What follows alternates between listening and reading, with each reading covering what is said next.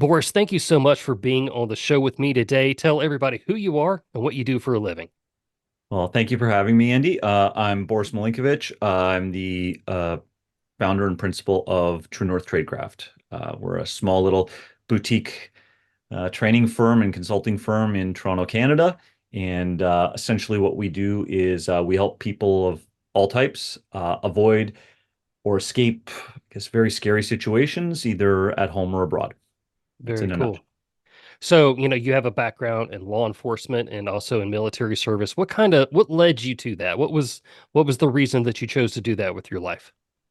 Um, I guess it's like one thing after another, it's maybe not specifically uh one event or one like I woke up one day and said I want to be, this or that. But um I guess my dad was in the Navy and he had a certain kind of discipline of the way he wanted things done or the way that he lived his life. And that translated into, interest in kind of the military ways. And then in 1991, my family was on vacation in Croatia at the time when Croatia declared independence from Yugoslavia, and the war broke out kind of while we were there, and we traveled around the country while the war was kicking up, and we would see some of the devastation and the effects of war on kind of the homeland, so to speak. Now, I was born in Canada, so when we returned, it like my whole life, it's left a indelible kind of mark. And at that time, as I was growing up, and I went back to Croatia two more times while the war was going on, and I didn't want that to happen to my country or to my home. And so I joined the military, the army here in Canada as a reservist in 1998, and that kind of began my military career. So yeah, and then during my military time, I just wanted to really build the skills that were available to me through that service. And yeah, I was in the infantry. I was in intelligence, and then I finished off my career last year. I released from the military as a military police member. So yeah, that's kind of the military story. And the interesting thing was that while um, while you're a reservist, right, you can have another career and stuff. So I started my career in government, and at the same time, because we have legislation in place where, as a federal employee, you can do a lot of military stuff, and they support that. So I became a customs officer, went to school for justice, became a customs officer, and then that translated after several years into doing national security work in aviation for the Department of Transport. And then after a long stretch of that, I moved to the Department of Health, dealing with security in our public health system on the federal level. So, and that was during COVID. So yeah, that was fun. That was a So great time to transition. that is exactly it. So I've had a varied career that kind of is overlapped over a long period of time, and I guess my lessons in those particular fields started to highlight what I would call gaps in training or gaps in knowledge. And so, very early on, when I was a customs officer, and they send you for training, you go to the customs college, you get your badge and all that stuff, and then you come back and you're like, well, what about this? What about that? And there were no answers to those types of questions. So I started seeking out individuals and organizations that had those skill sets that I was looking for that would fill those gaps, and slowly built them over a long period of time. And none of that was really available in Canada. So things like some of the skill sets that I train in and I teach, covert entry, for instance, so non-destructive entry into containers and buildings, so lock picking, lock bypassing, and physical security. Uh, it was always, just take bolt cutters and cut them off, or cut the locks off or break them or whatever. And that wasn't always the most advantageous thing to do. Um, from a security standpoint or from an enforcement standpoint, sometimes it was better to open a bag or a container without the owner actually knowing about it, especially from an investigative standpoint when we were dealing with drugs or laundering of various kinds or smuggling. And uh, I met a guy that worked with me that was a bit of a nerd like I was, and he was, he picked locks for fun, and I was like, "What? That's really interesting." And so we worked kind of on overlapping shifts, so we worked together fairly often, and that was just, we were friends, and he was like, "Hey, I'll teach you this stuff." And over a period of time, I kind of got into that, and then I started looking outside of Canada because nobody was offering that sort of training, and I started traveling out of Canada uh, to learn from others. And so that's kind of how that journey began. And so, I'd kind of save up a little bit of overtime here and there, and then travel to the States or elsewhere and learn from somebody, take a course, and then build on that and build on that over years and years and years. So and that kind of filled a lot of those gaps over time. And then I got into other things like wilderness survival and urban preparedness and counter custody and it just kind of like started opening up a whole window to another world of those kind of like dark arts that nobody really talked about up here and certainly wasn't offering. And so after many, many years of doing that, kind of traveling out and seeking others to teach me, some of my friends uh, basically said, "You know what, you're kind of like the Canadian guy that always comes down here, It's like you're always the lone Canadian and you're getting half decent at this, so why don't you start doing this yourself?" Very Okay. cool. So you're walking right into the origin story here of True North Yeah. Tradecraft. So like I see that you're somebody who was always motivated to learn more and do more, which I think is fantastic. I think more people need to do that, quite honestly. There's some people who are fine to just stare into their phones for, 4 or 5 hours a day. Uh Yeah. yeah, That's but me. so that's cool. So you've had this like amazing career in government and military, and so now we're at True North Tradecraft. So tell me, you're the lone Canadian who comes and studies all this. Were you intimidated starting this? Like, or was this something like, oh, Oh, I've totally got it? oh no, no, no. I'm still intimidated by it. Any kind um I get really uh bent out of shape when someone introduces me in a talk or something as an expert. I cringe at that word. When I think of someone who's an expert, that's someone who has all the answers, right? Yeah. It's like that the Jedi master that lives in the cave, that people would seek out because they have all the answers.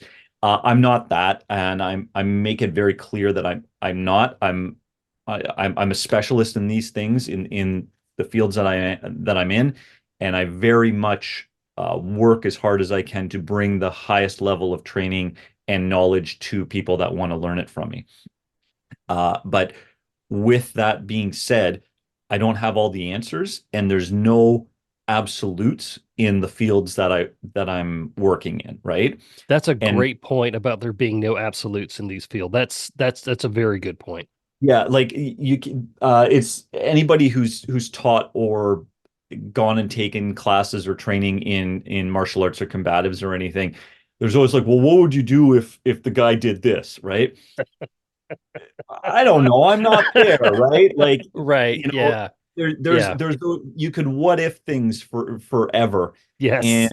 there's never going to be an absolute answer because there's too many variables involved. So my goal is to give people as many kind of tools for the toolbox, as many options, as much knowledge and skill and confidence in using those to be able to deal with as many situations as possible.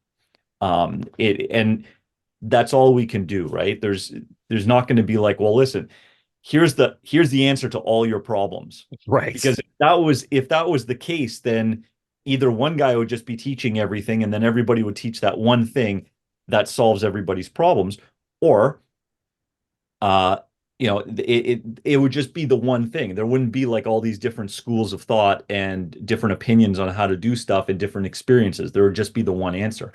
So I encourage people to look for different places to learn because there's always going to be different perspectives. There's always going to be somebody that's better than you, somebody that's better trained, different experiences and different perspectives that maybe fit your situation better than somebody else's.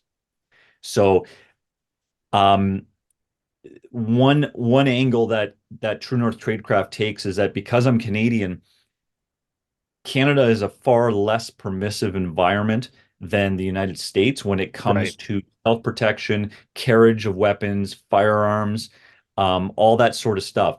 We don't carry weapons. They're all like if even a baseball bat, if the intent is to use it to harm someone, it becomes a dangerous weapon and you can get charged for that. Right.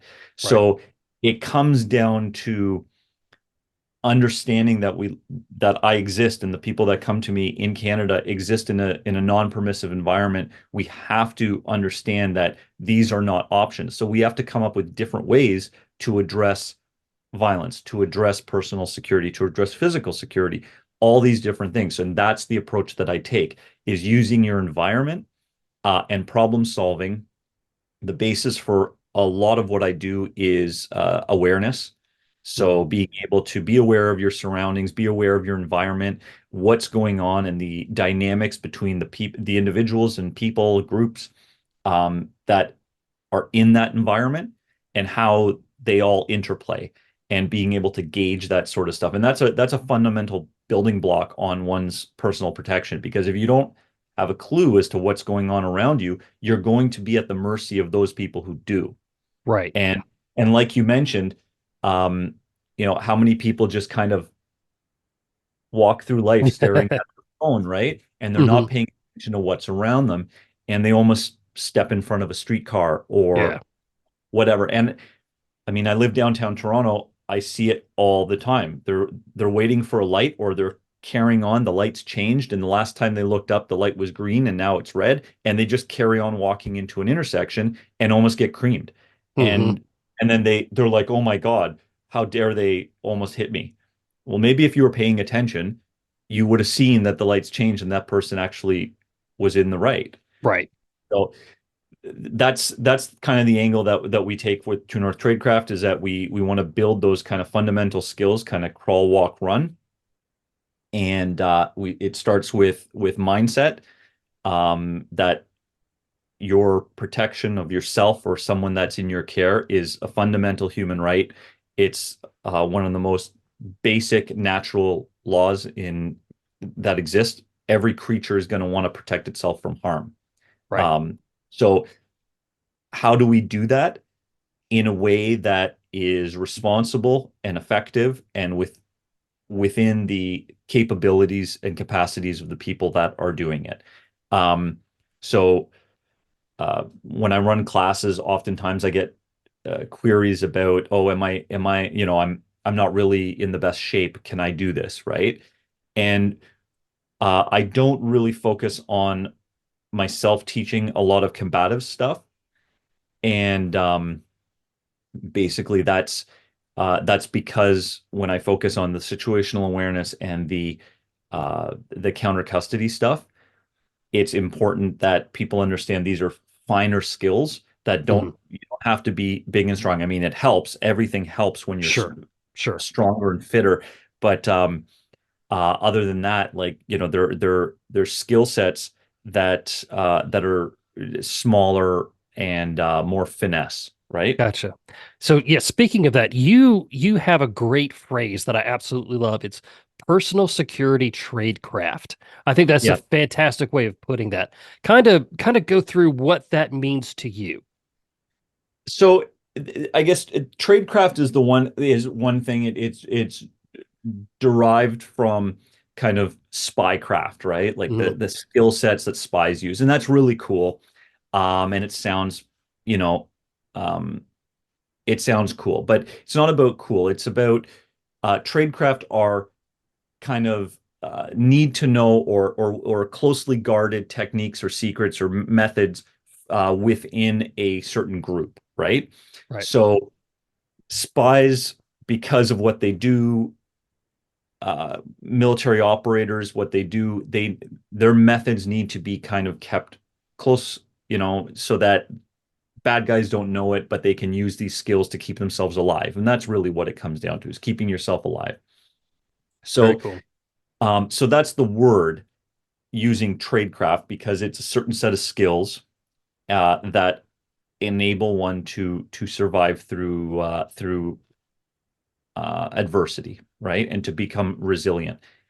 So because I draw on different skill sets, so there's the covert entry. I mean, that's one of the dark arts, right? And for a very long time, um, it was, nobody really knew about it except some of the quote unquote in crowd, right? Hmm. People that were red teamers, pen testers, the geeks of old and stuff like that, that were learning how to pick locks. And of course, like spies and stuff like that as well, because that's part of intelligence tradecraft. But as it's made its way kind of into the mainstream or mainish stream, it becomes more available to others, but it still has a very valuable place in understanding physical security, right?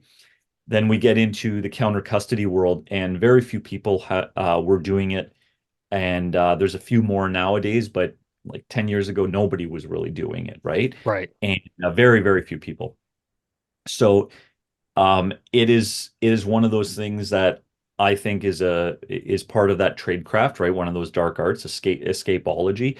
And one of the things that got me really into it was I always liked Harry Houdini. I thought he was really amazing as a magician, right? Magic's always been fascinating.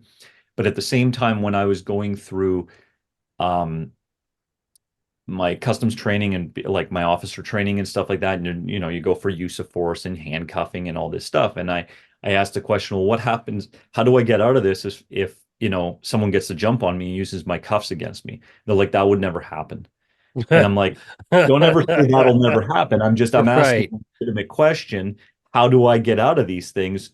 And so then you start looking at what are the mainstream things, like, an extra handcuff key and all this sort of stuff. But nobody could give me an answer as to how to defeat these cuffs. So there I go looking for things, went down to the States, did some training. My first real foray into that was with Kevin Reeve, who passed away recently, from On Point Tactical. And he was running urban escape and evasion classes, right? So I heard about it. It was I had to save up fair amount of money, a flight down to Phoenix, Arizona, hotel, food, all this sort of stuff. And it was an extended class. And I went down there, and I think it was 5 days, 4 days, 4 days and Mm. change, Hmm.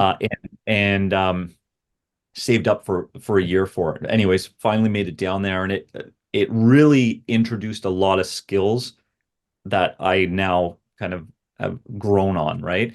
So we did some counter custody stuff. We did some travel security, some personal security stuff. We did some lock picking, and that got me kind of more interested into it, and a few other things, and that's kind of how that started to grow, right? And so annually, I would always set aside like a week or a long weekend or something and save up and go. And because I remember with customs, I found another class uh, similar, and I sent them like a request to see if I can get reimbursed for it, and they basically just laughed me out of the office. Like, you're crazy for wanting this stuff, and I'm like, all right. So I just went and did it myself. But that's been my experience, and I think having having my like dipping my toes into that tradecraft pond of kind of those dark arts of what special operations and intelligence personnel have used for a while has really helped me grow in as an individual and professionally. And I find that nowadays, when I speak to certain things, I'm still the one person in the room that looks at things differently than the rest of my regular kind of government counterparts because they don't have backgrounds in these things Mhm. because they don't have backgrounds in these things, right? It Right. just Right. It's doesn't and the really come up. experience of it. You know, that's Yeah. you when you go out and you do one of these counter custody classes, you are pushing yourself mentally and physically in ways that you've never had to before.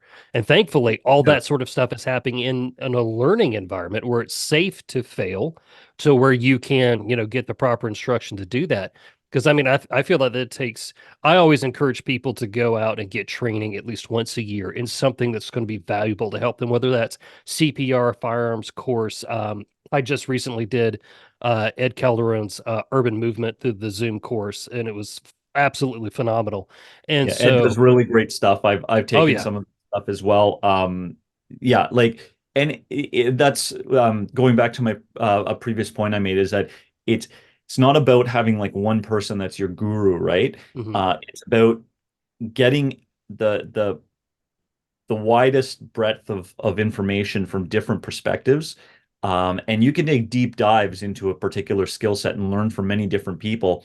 Like if it's shooting, you go learn from like five or six different like hmm shooting instructors. You'll get really good at shooting because you're going to get a lot of different perspectives and a different approaches to how to do something. And you're going to take what works for you best from all those different approaches, and you're going to come out with the most efficient, effective means to do that skill that works for you.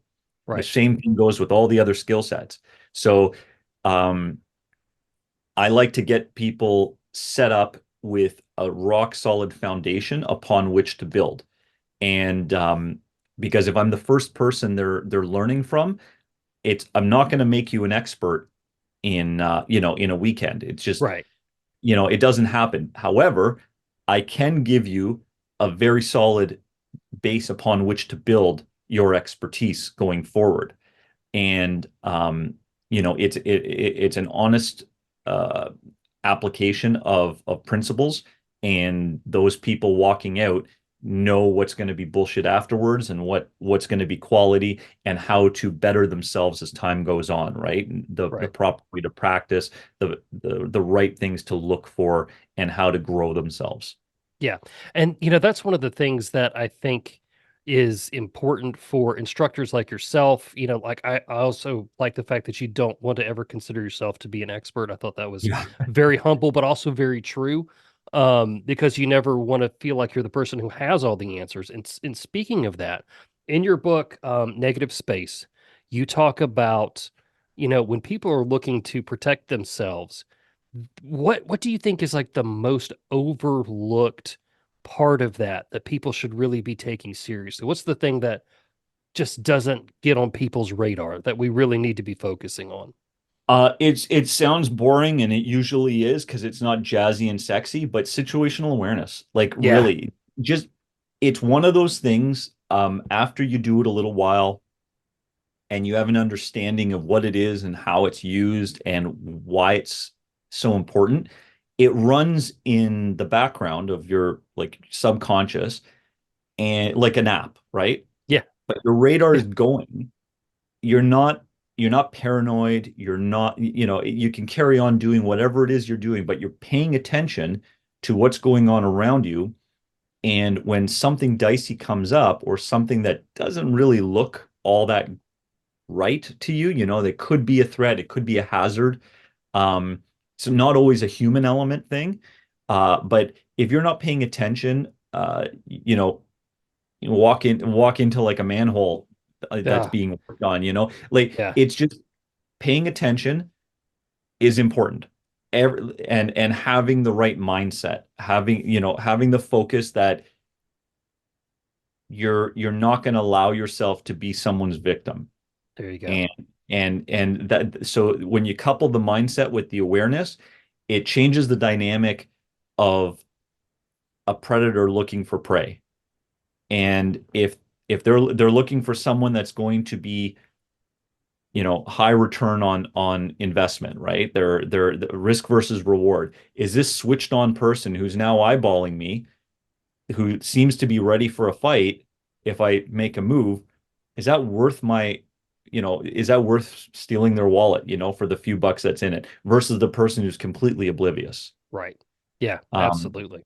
And I've seen that in action. I was sitting at a stoplight just south of where I live, and it's a stoplight before you cross a small bridge that goes over some railroad tracks. And while I'm waiting there at the light, this guy's walking down the sidewalk, and he's on his phone, and he's totally paying attention to his phone. And this other guy comes up behind him, kind of jogging, and stops and looks over his shoulder, looks around, snatches the phone out of his hand, and proceeds to sprint away. Right. And Buddy, who had the phone, he stops and he's looking around in disbelief, and he's like, "Hey, hey, come back, hey!" And he's standing there. He hasn't moved from his spot for a good maybe 20 seconds. By this time, this other guy, he's far away. Like you're not catching him. This guy's sprinting Right. full bore. You're not catching him. And that was this other guy starts to kind of like run after him. Never now You're not going I to get that. like get out and like intervene or anything, right? Hmm. But I saw it and I was just like, wow, like that's a burn. Yeah. On the phone in the guy's hand, he's gone. You're never catching him. So, No. and that's a theft. It's not a physical harm, but they equate kind of the same, that if you're not paying attention, someone can just come up to you and do whatever they want because you're Yeah. giving them all the opportunity. So Right. mindset and situational awareness are the kind of foundation. And then everything else from there is learning the basics and then practicing. Absolutely. Have you seen the Apple Vision Pro where people are just driving with them on or crossing the street? I can't. I mean, Yeah. I would like to have a set. Please do not get me wrong. I'd like Yeah. to have that. But trying to drive, like I've seen a guy in a cyber truck going down the road, like pinning all this stuff, and I'm thinking, oh my goodness, like humanity, I don't think is going to make it, man. Like, No, and you know what? I'm interested to see what happens when someone gets into a car accident with those on their head, because yeah, you're not allowed to, like, I don't know what the laws are specifically where you are, but here we have, like, you can't drive and text or have it's, right. any Hmm. kind of device. So what happens when it's on your head, and on your eyes, and you get into a car crash? And the cops show up and say, and they see you with it, are you going to get done for distracted driving? Because really, there's something you shouldn't be, going out in the air and, grabbing little virtual documents and playing stuff when you should be driving. Right, So it'll be interesting to see how that goes. VR headset, great for, you're at home or whatever and you're right. gaming or something like that. Hmm. But if Hmm. you're driving a car and something happens, anything, squirrel jumps out in front or a kid, right? And Yeah. next thing you know, you've hit that person, and now who's to blame? Well, it's you because you had a stupid freaking thing on your head. Right. And that goes, back to being aware of what's going on around you. Like I always tell people, I want as much warning as I can get from what is happening around me. Like when you were talking about this guy, running up, the jogger, and Yeah. that telltale sign of looking over the shoulders. I mean, like 5-year-olds do that. That is a nonverbal cue of I'm about to do something that a whole lot of people aren't going to like.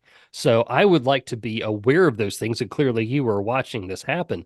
So yeah, Yeah, like just it blew my mind like when it happened, because I was a little shocked. I'm like, that's a really brazen theft, right? But you see Instagram little videos and reels and stuff like that, and video clips on YouTube of, someone sitting there at a cafe and, on the sidewalk, and somebody just walks up and snatches their phone and runs off. And unless you're really fit and you're really pissed off, you're not going to catch them, right? right, They're gone. So they, having that awareness, when I do my classes on personal security, I do a module on travel security, and that's part of it. Keep your stuff close to you. I mean, I worked in the nation's largest airport for better part of 17 years, and I've seen a lot of travel problems and how people, and I've traveled a lot too. So when I mix all those experiences together and I start to distill them, there are like certain things that constantly come up as problems. And unattended baggage is always going to be a problem. It's going to be a problem for you getting stuff stolen. It's going to be a problem for you because the authorities are going to come and take it away and go blow it up in a field somewhere because and we've had that happen at the airport because they have a jumble of wires and stuff like that in their bag, and cops are like, what, we're gonna take this and we're gonna go play with our toys and stuff like that, and they shouldn't have left it out. Right. My wife's office, part of the building got shut down because there was an unattended backpack in a little park that was across the parking lot from Yep. where she works. And it's a known homeless spot because nobody really goes back there. You can go and sleep for a couple hours in the sun, that sort of thing. But, nothing better to do to play with her toys. The local police department, they get the little bomb robot out and all Yep. this. And I'm like, it's a homeless guy's bag. I mean, it's going to And have and like two shoes in it and an old box of cigarettes or something like and it. they're both going to Yeah, be left shoes, and yeah, like and that's the thing, 99.9% of the time it's going to be a nothing. hmm But you can't really gamble that right. when it's less, Yes, right? right. When I was with the Department of Transport and the security division, I was a duty officer for a period of time, and there was circumstances where a bag would travel ahead of a passenger. Okay, hmm so like they would come, put the bag in, the bag would get on, and then last minute the passenger wouldn't make the plane. So we have regulations in place that the bag has to be removed. Okay, so the Air India bombing, which is kind of Canada's hmm kind of 9/11, Yeah, uh, that's exactly how it happened. Uh, Guy came in, device in a bag, got it on the plane, and then he just didn't show up to the gate, and it went to altitude and it blew up. Now the right, thing is, um, there's so you can't gamble that it's going to be one of those, one in a million type things because there's too many lives on the line. Even if there are no lives and it's just harm, I'm not there for the airline to be convenienced, right. and I don't care about the cost. My purpose there was public safety. So there were times when we would have to empty an entire terminal Oh because of wow. an unattended bag. We'd have to recall aircraft in flight, which just imagine like you got, Ugh. 100 people on a plane, they've just taken off for wherever, and you have ordered it to turn around, dump its fuel into the lake, which because it's too heavy to land. hmm So they have to dump fuel. They get like fines for environmental Wow. stuff. Like it's a big deal. I don't And think I then ever realized that, but yeah, that makes sense.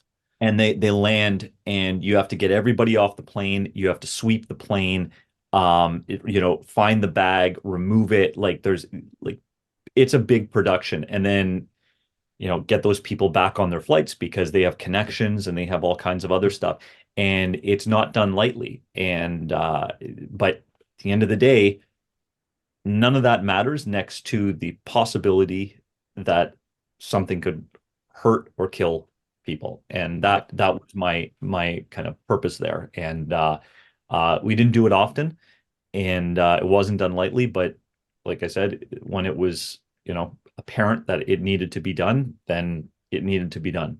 Right. Wow. And that, those are big decisions that people have to make, and that's not, yeah, clearly not something that's done lightly. So I do want to ask you this. Yeah. You've traveled all over the place. You've had all these things, happen to you, personally and professionally. Can you like tell me a story about when you used your personal security tradecraft yourself, something that happened to you and you're like, oh, I'm gonna have to use these skills now.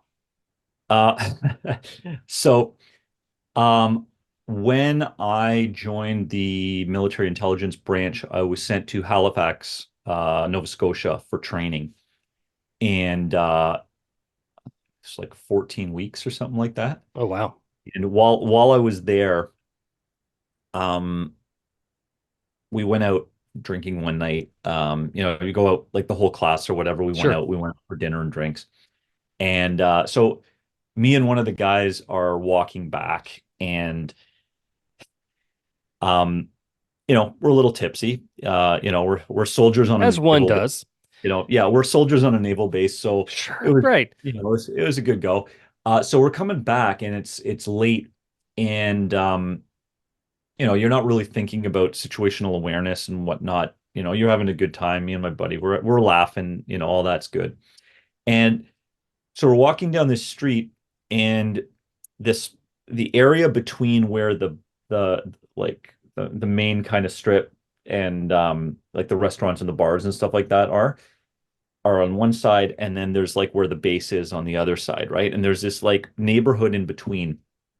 And when we got to Halifax and we did our in briefings, we were told stay out of that neighborhood, Mm. especially after dark. There's a very, very high crime rate. They know that, like, the criminal elements know that sailors and service people are walking through there, and we get a lot of muggings, a lot of assaults. Like, just after dark, don't go there. Okay. Well, I'm not from Halifax, so we find ourselves in the middle of that place, and it's like 2 in the morning, and we're just like, okay, not really paying attention. Uh, but while we're walking along, I happen to glance behind me, and there's three guys about half a block away. And I don't really pay it much attention. But as we're walking, a couple guys turn the corner at the end of the block. And I'm just like, okay. So I got like people in front of me and people behind me. Not usually a problem, but I'm like, you know what? Let's cross the street. So we cross the street, and both groups slowly cross the street at the same Yep. time. And I'm like, Yep. okay, I'm suddenly like totally sober. Yeah. I'm that's This is weird because if I wasn't paying attention, I wouldn't have picked up on it. But suddenly it's like situational awareness, I'm just like, it's late, I should be looking at this. And that really tipped me off to something going on. And so I said, you know what, let's try and figure this out. Just roll with me here. So we crossed the street again, and both groups crossed the street with us. And at that point, I'm like, these guys are coming for us, right? Mhm. So as we're approaching the end of the block, the two groups are making their way towards us, and there's like a laneway as we're coming to. And the second we got to the corner of the laneway, we started sprinting down the laneway. Mhm. And both groups, like all the guys, started chasing after us. Like they sprinted after us, and we're like, "Oh shit, Mhm. this is a bad scene." So we get down the laneway, we cut down like another laneway, and then we hop a fence into somebody's backyard and kind of sit there and hide amongst some garbage cans. We're just like trying to be quiet, and you can hear them running around, kind of like, "Where'd they go? Where'd they go?" And we waited there probably for about maybe 20 minutes, something like that. We didn't hear anything, dead silence. And so we made our way out, and we kind of booked it back to the base. So it was a learning experience, Mhm. Mhm. On the one hand, you're like, yeah, I'm in the army, I'm so big and tough, right? But Right. you're not, because suddenly there's going to be uh more people than you. You don't know if they're carrying weapons. It's Right. nighttime. You're compromised because you've had some alcohol. You're tired. There's too many variables that are against you. Mhm. And that really has stayed with me as one of those kind of like, um when I've used it, when it was important, and when I learned something from it as to like how and why I should be kind of switched on all the time. Not paranoid, Right. Right. aware, right? And that's the key differentiation, because I'm I've been challenged at some trade shows and stuff like that. People come up, and I'll talk about situational awareness, and they'll say, "Well, you're just fear mongering." Right. Okay, well, if are you going to walk down the street and not pay attention to where you're walking? And they're like, well, not everybody is, there's not someone behind every corner that's going to come out and stab me. It's like, no, but have you ever tripped on a piece of broken sidewalk? Mhm. Have you ever seen a downed power line? I know I once saw I was walking down the street and there was this crackling sound and I'm like, what the hell's that? And if I wasn't paying attention and just kept on walking down the sidewalk, I would have walked right into a down power line. Mm-hmm. Mm-hmm. So um I stopped. I stopped other people from walking on the sidewalk. I called 911, right? And they were already on their way, but great. Yeah. And they came, power company came, shut, they cordoned the area off, they shut it down, everything worked out. But it's not always about, some murder or, some Mm-hmm. bad hiding around a corner. That's the more extreme version of it. But having the awareness of hazards as well as threats. Mm-hmm. Uh, and like another story as to why it's important, very big hazard. Was walking out when I worked at Customs, so this was years ago, but I was walking out real early because I was working the morning shift, and I'm walking out of my house, and for whatever reason, as I stepped off my porch onto the walkway, my foot just kind of stopped in midair, and I just stopped. I didn't know why I stopped. Mm-hmm. Something just told me stop, and I did, and my foot was just in the air, and I looked around, and right under my foot was a skunk. Oh. And I was immediately terrified because it's probably one of the worst things that you can get yourself into. And he just kind of like kept on sauntering, Mm-hmm. walked through the shrubs and walked away.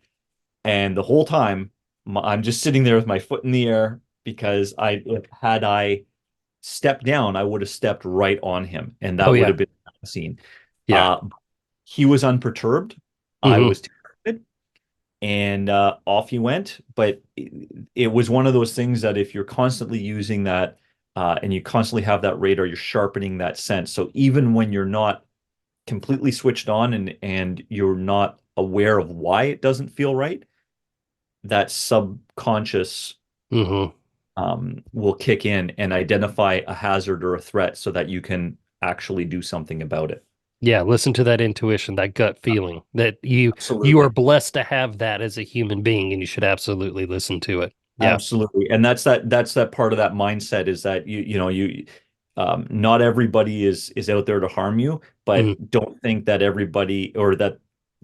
that nothing will happen to you just because it hasn't happened to you yet. Right. Right.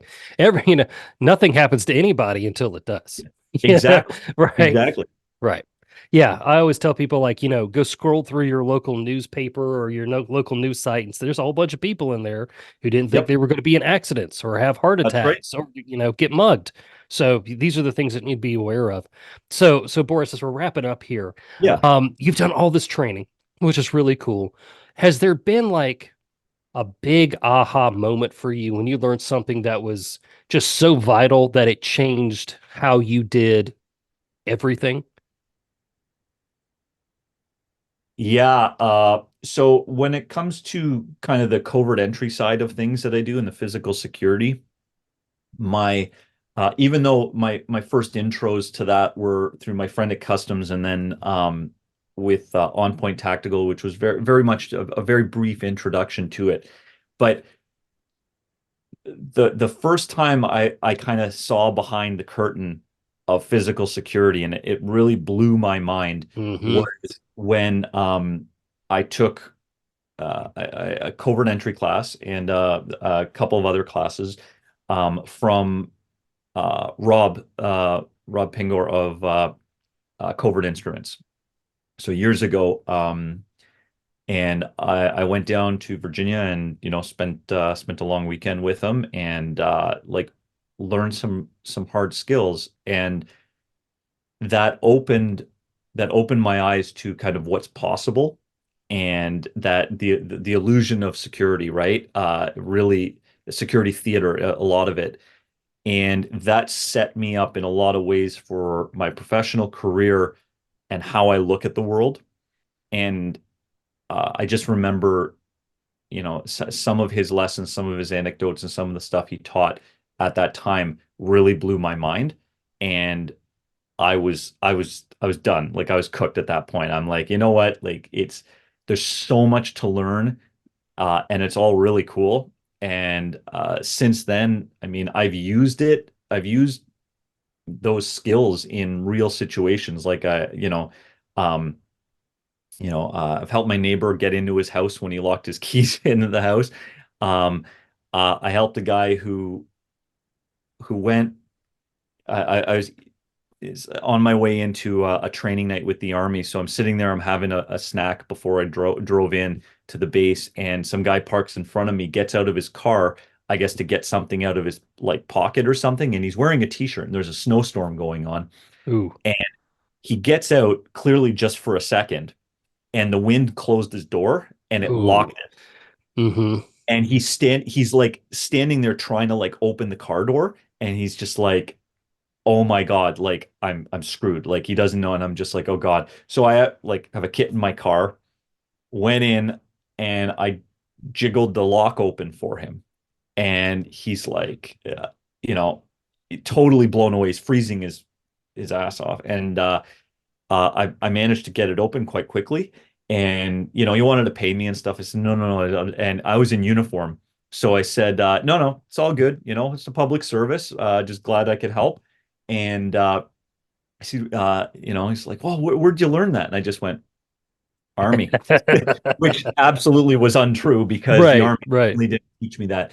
But anyways, that was really Rob was really and meeting him and learning from him was really an aha moment because it set the stage for the way I look at security in so many ways. And that's really, and everything else has kind of grown from a lot of that, especially on the physical security side. Like everything else kind of grew from that, and set me on the path of my own professional development, learning as much as I can in my lifelong learning. And even still, I'm constantly learning, trying to practice and get better at picking locks and bypassing and making entries and stuff like that. So oftentimes when I teach, that's where I learn a lot because the people who are coming to learn from me, the students, are going to ask me questions that hopefully I have the answers to, but if not, I'm going to work through those answers with them Mm-hmm. and I will learn as well. And I'm always looking to learn something. Um, and in-person training is oftentimes the best vector for that. So that's what I've found. Right. You talk about, your aha moment was understanding, security theater and how things aren't really as safe as you thought. I think kind of like for me, that was the same thing as well when I saw how easily, like what a bump key was, and Yep. how easily somebody could just tap right into your house. And I'm like, oh, well, things are not as good as I thought. And so kind of like yourself, it was like, okay, so what do we do now? How do we take this? How do we secure the door one more step? How do we keep somebody from picking my house from, trying to pick my lock in the first place, that sort of stuff. Yep. So yeah, like that, it's those moments where you realize there's something big going on here that's really going to springboard you into learning more and increasing your skill set and, getting and polishing your personal, tradecraft. Yeah. And I've been so fortunate, um and I'm thankful for some of the friendships I've made along the way that have likewise expanded my knowledge and my not just my knowledge but my awareness of so many other things, and helped me grow. Like a good friend of mine, Ace from Delta to Alpha Design, has really like opened my eyes to a lot of different things that are outside of the norm or outside of the mainstream. Um, and like you mentioned, Ed Calderon, there's been a bunch of other people. Um, Carl Oscar Delta, he's from the UK, so I did a lot of my counter custody work. So with him, it just completely new takes on stuff that I thought that I knew, and showing me stuff that I didn't know, right? It's like you don't know what you don't know until someone, presents Right. it to you. Then mind blown, and you're excited because you're now able to start building that previously unknown portion of your skill sets up Hmm. and helping other people do the same. Um, and you know, for the for the situational awareness, it's good to have, again, other perspectives. Hmm. So there's like the way that I would do it, but there's also other perspectives which are going to work better or worse for other people. But knowing all of them, you can take what you want and what works best for you. So, for instance, on the one hand, uh, um, Yusuf Badu from Hmm. Emergence does some really fantastic stuff, and I'm one of his instructors. So what I teach is based a lot on that. But then you have others like Kelly from the Diamond Arrow Group, who wrote a really fantastic book. Hmm. She's awesome, and the perspectives that she brings are equally valid, but they come from a different perspective. So when you take it all together and you're taking it from different sources, you're really just reinforcing your abilities.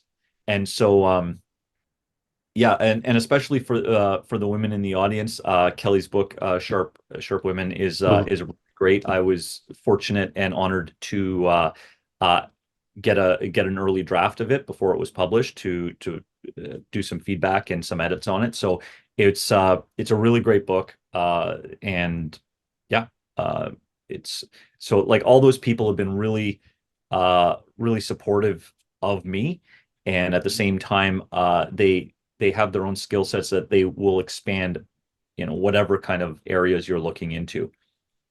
That yeah, it's cool. And I think what's good when you talk about the perspectives and everything is the diversity of different cultures, how you experience, environment based on your age, based on your gender, all that sort of stuff. Like as, being, a white guy walking through a place, I see the world one way, but somebody who's, who comes from a different background than I do, they walk through that same street and they see it differently. And those are the perspectives that I like to learn from as well, because, there's things that I'm just not going to see with my eyes where somebody else is going to. And always appreciate it when people like that they're willing to share what they see in the world. So yeah. And Yeah, I like Yusuf a lot. Kelly, both of those folks have been on the show before. So yeah, yeah. those are good people. So the book is Negative Space. It's right here. Tell us where we can find the book and where we can find out more about you. So you can find out more about me and True North Tradecraft at truenorthtradecraft.ca. So www.truenorthtradecraft.ca.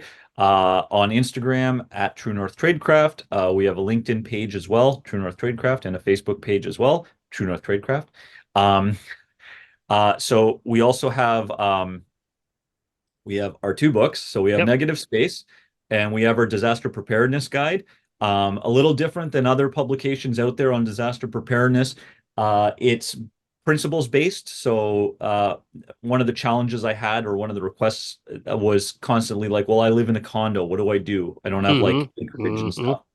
Yep. And I took a principles-based approach so that it's scalable and adaptable to whatever your situation is, whether it's your budget, your space, whatever.